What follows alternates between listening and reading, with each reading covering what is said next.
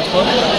આજે અમે લોકો મીડિયા માધ્યમ દ્વારા જણાવવા માંગીએ છીએ કે તારીખ 9 ઓગસ્ટના રોજ કોલકાતા ખાતે આર્ચર મેડિકલ કોલેજમાં સેકન્ડ યરમાં અભ્યાસ કરતા એક મહિલા તબીબ જે ટીબી ટેસ્ટ વિભાગમાં હતા તેને શંકાસ્પદ હાલતમાં એની હત્યા કરી એની સાથે દુષ્કર્મ આચરવામાં આવ્યું। ત્યારથી લઈને અત્યાર સુધી એના પરિવારને કે પીડિતાને કોઈ પણ ન્યાય માટેના કોઈ પણ પગલાં તે લોકો દ્વારા ઓથોરિટી દ્વારા લેવામાં આવેલું નથી।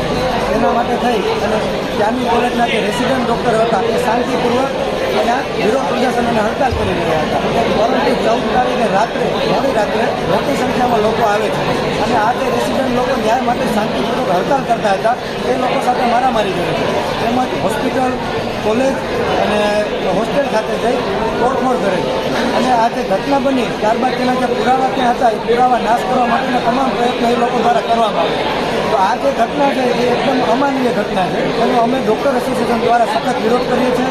અમે પીડિતા અને તેના પરિવાર સાથે ગુજરાતમાં કે દેશભરમાં આવા કોઈ પણ ઇન્સિડન્ટ થતા હોય એ બધા ડૉક્ટરના સપોર્ટમાં છે।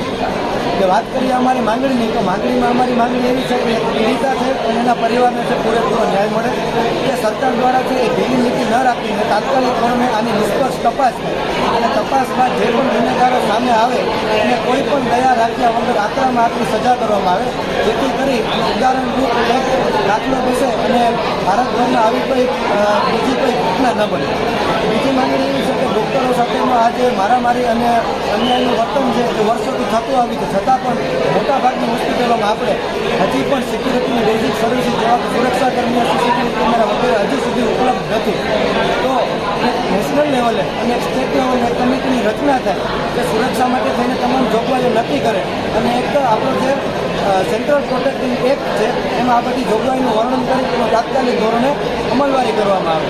અને બીજું કે આમાં ફક્ત જે અમે મીડિયા માધ્યમથી જે દર્શકો નિહાળે છે એમને પણ એક અપીલ કરવા માંગીએ કે આ ડૉક્ટરોનો જે સ્ટેન્ડ નથી, જે સામાન્ય નાગરિક, સામાન્ય માણસો, જે જનતા જોવે છે એ પણ આ પીડિતાને ન્યાય આપવામાં પોતાના દ્વારા યથાશક્તિ પ્રમાણે જે પ્રયત્નો થાય તે કરે અને અમારી સાથે જોડાય એવી અમારી માંગ છે।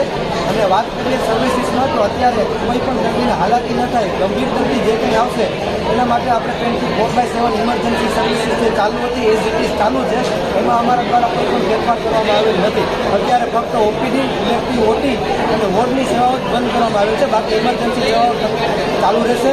અને આ સ્ટ્રાઇકની વાત કરીએ તો જે ગવર્મેન્ટ ડિસિઝન લેશે એમાં અમારું ગુજરાત જેટી એસોસિએશન છે અને અમારું અહીંનું એસોસિએશન છે એ જે નિર્ણય આવશે એના દ્વારા ચર્ચા કરી આગળના શું સ્ટેપ લેવા એ આગળ અમે નક્કી કરીને આપશું, અમે જણાવશું।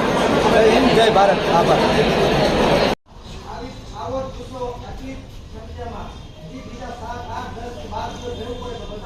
હા કે ના?